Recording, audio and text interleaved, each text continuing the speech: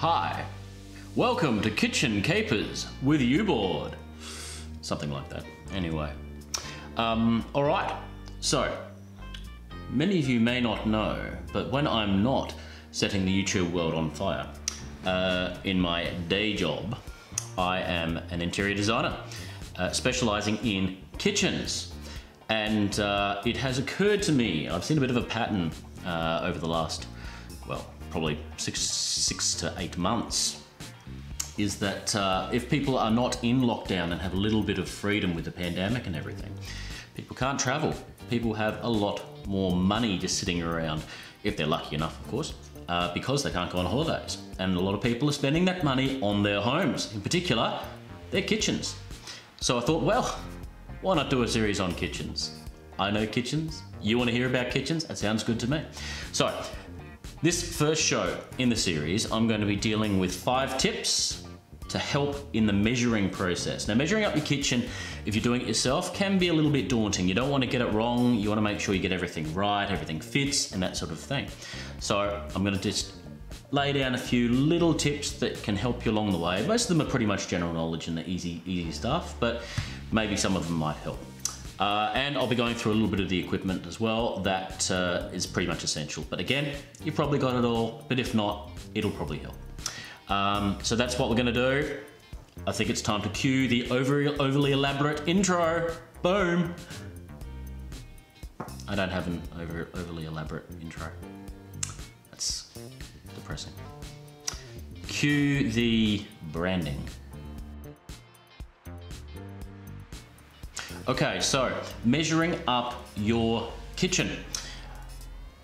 I think equipment is the first place that we really need to start. And the one thing that is the most important, I think, is the tape measure. I use the Heart brand. No sponsorship dollars at all, unfortunately. Send me money, Heart. Really good tapes. There are a few options out there.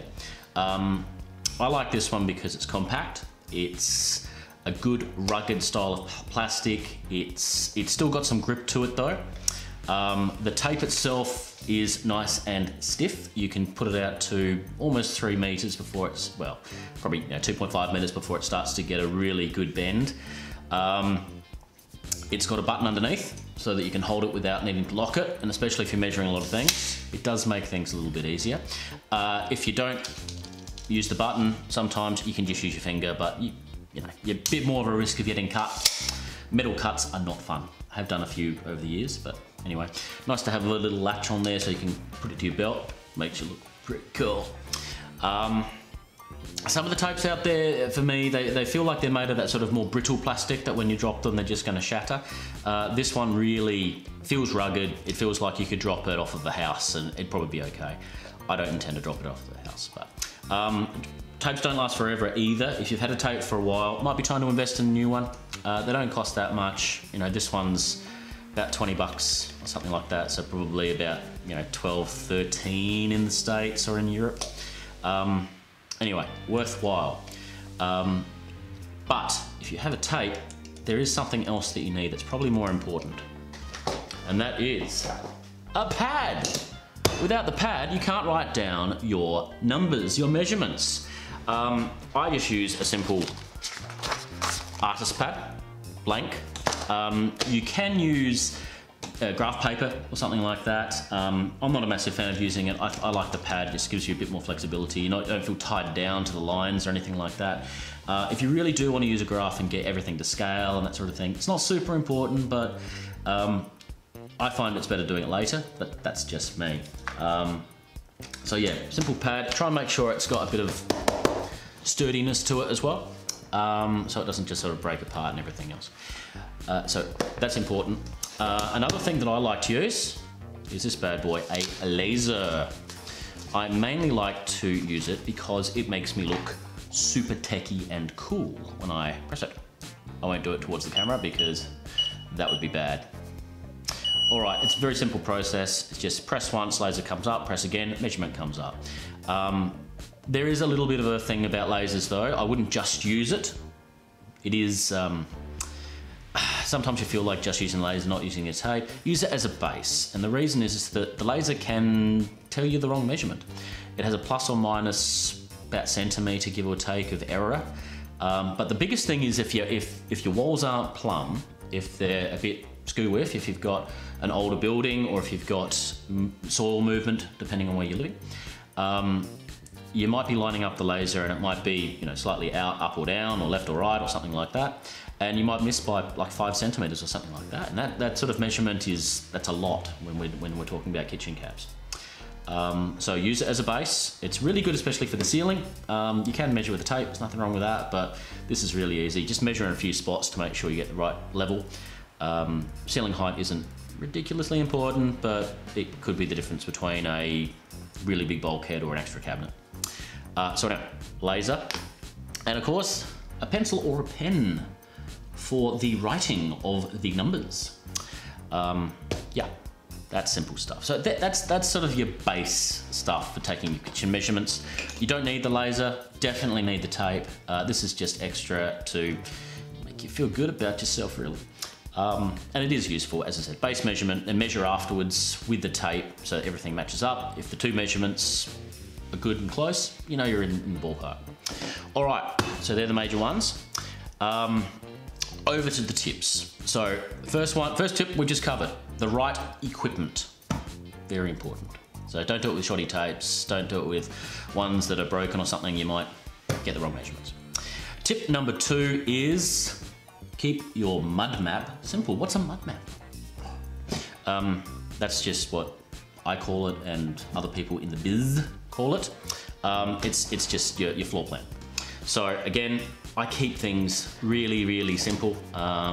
Here's an an example of some of the ones that I've done. You know, if it's a square or rectangular room, it's relatively easy. If you've got something like a bay window, like in this one, the angles themselves aren't that important, especially if you're planning for a modular system. Generally, the angles are worked out more in the install rather than the planning process. So it's not as important to get the angles spot on. But just keep it simple, simple lines, outline the positions for your windows and doors and all that sort of stuff, and keep your measurements in. And that's it.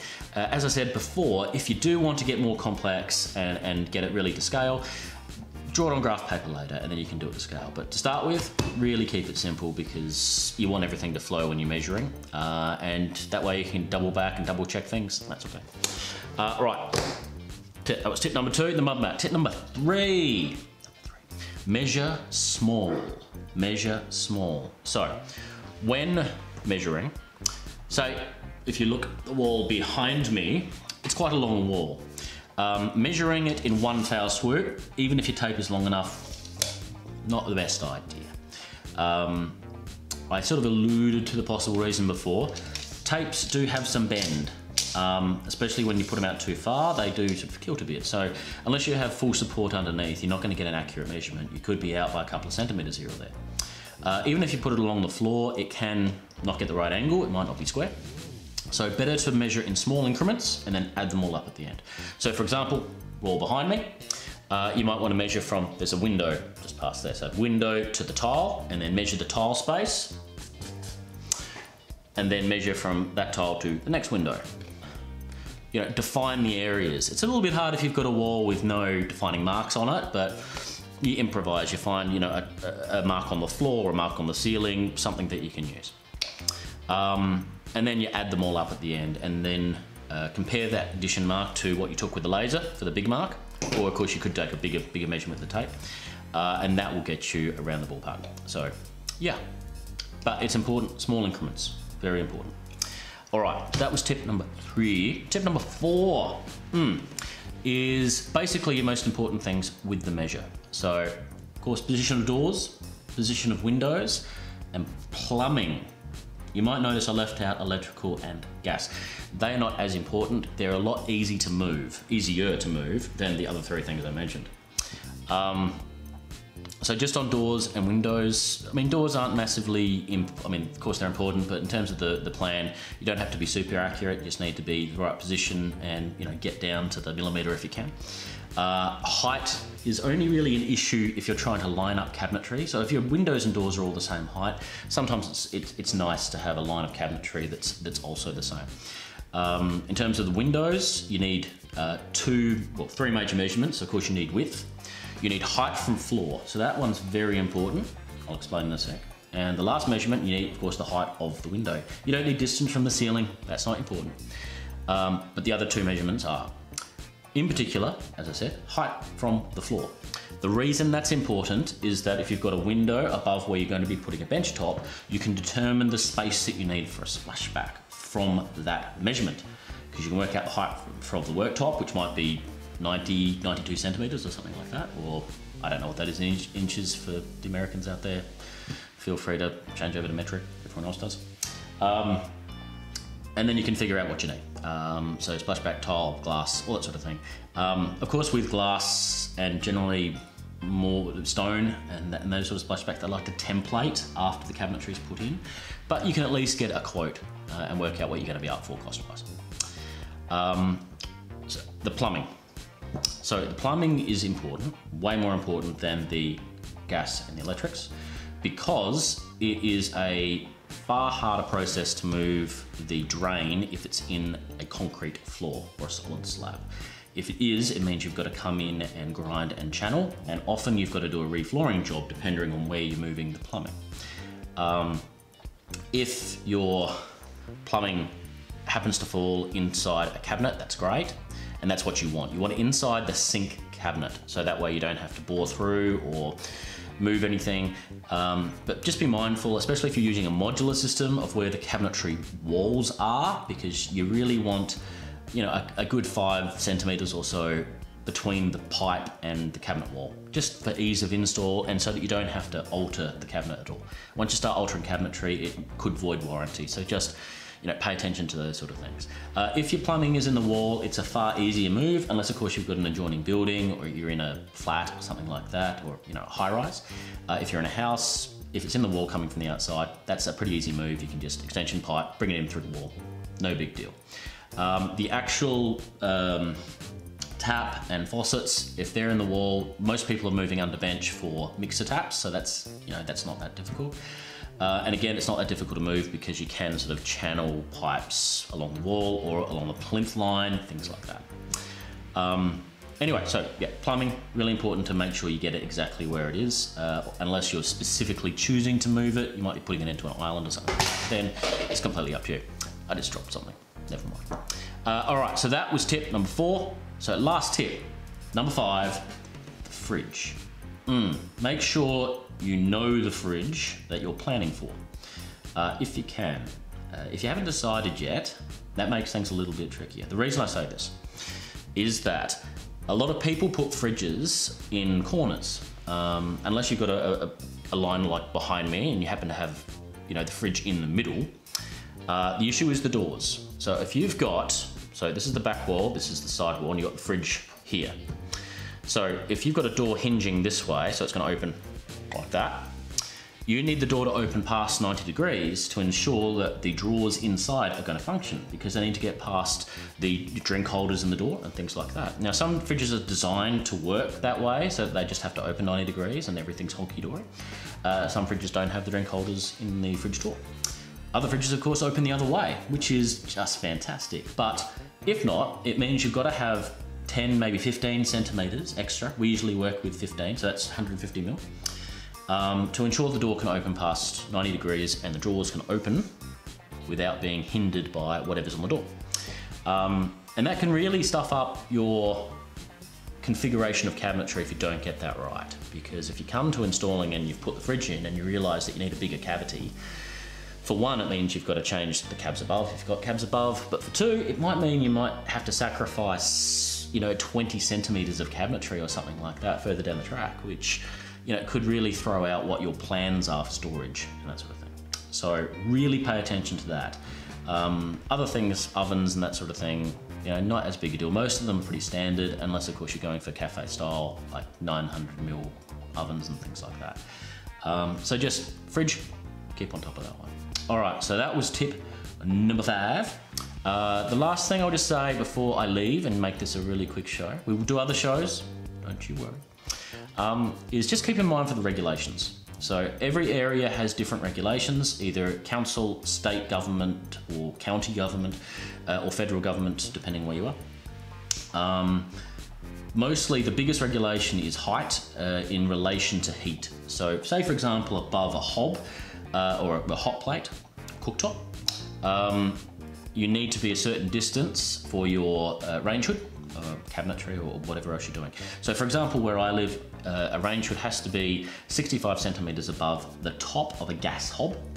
It's only 60 centimeters for electric or induction, but for a gas hob, 65. And that can really, again, make a big difference determining the height of cabinetry. So if you've got integrated range hood, you might have to go for 600 mil high cabs instead of 800 mil high, and you might be missing out by 30 or 40 mil. But if it's against regulations, it means it's an illegal install, and that's not fun to fix. You'd have to change all the cabinets, and it's gonna have a bad time. All right, that's it. That's all I've got for today. So yeah, have a think about those things, and I'll be coming back to you real soon with some more tips about planning the kitchen, design, modular systems versus custom, and all those sort of things. So stay tuned. YouBored.